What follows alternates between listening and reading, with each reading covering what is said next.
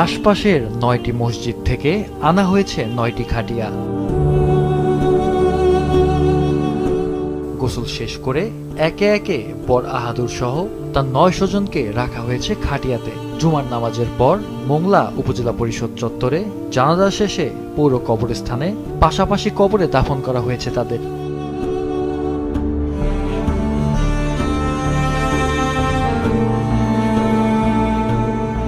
এর আগে ভোরে মোংলা শহরের শেহালা বুনিয়ায় পৌঁছায় নিহত ১৪ জনের মধ্যে বর, তার বাবা, ভাই বোন, ভাবি, ভাগ্নে ভাগ্নি সহ একই পরিবারের ৯ জনের মরদেহ। এরপর থেকে শেহালা বুনিয়ার ৭৬ লেন সড়কে যেই যাচ্ছেন সেই ফিরছেন চোখের জল নিয়ে। এমন মৃত্যু আর শোকের স্তব্ধতা আগে কখনো দেখেনি এই শহরের মানুষ।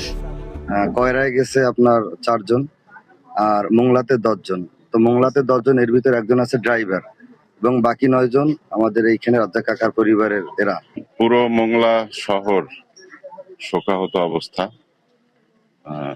আমার জন্মের পরে এত বড় শোক মোংলাতে আমরা আর কখনো দেখিনি।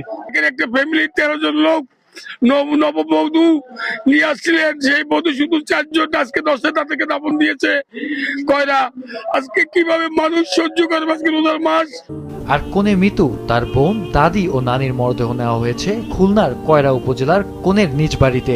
সেখানেও চলছে শোকের মাতম। কোনে মার্জিয়ার হাতের মেহেদির রং এখনো জীবন্ত হলেও বিয়ের বেনারসিতে নিথর দেহে প্রাণহীন নতুন সংসারের শতরঙিন স্বপ্ন। একটি সড়ক দুর্ঘটনা ২ পরিবারে নিয়ে এসেছে আজন্ম বয়ে বেড়ানোর শোক। আমার ফ্যামিলি থেকে ৯ জন, ১০ জন ছিল, একজন হসপিটালে আর ৯ জন গেছে। ছেলে ২টা, আমার বড় ভাই, আমার বড় ভাই ছেলের বউ, তার বাচ্চা, নাতি ৪টা, মেয়ে ১টা, মোট ৯ জন। বোনের ছেলে, ভাবি সবাই মারা গেছে। সবই পরিবারের সদস্য। আমরা এখন খুবই শোকাহত। এইরকম মারা আমরা প্রথম দেখছি। এইরকম মারা আমার এই লাইফে এই বয়স হয়েছে আমি দেখলাম। এবার মতন ভালো মানুষ এই জায়গায় কেউ না।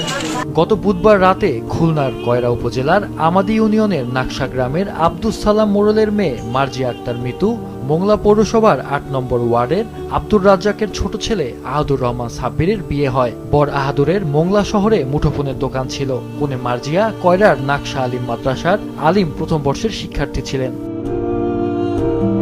বৃহস্পতিবার দুপুর ১২টার দিকে কোনের বাড়ি থেকে বরপক্ষ মোংলার উদ্দেশ্যে রওনা দেয়।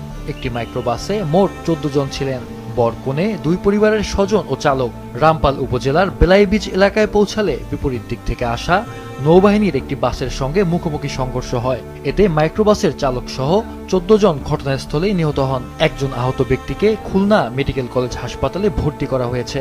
নিহত মাইক্রোবাস চালক নাইমের বাড়ি রামপাল উপজেলার পেরিখালী ইউনিয়নের সিঙ্গের বুনিয়া গ্রামে।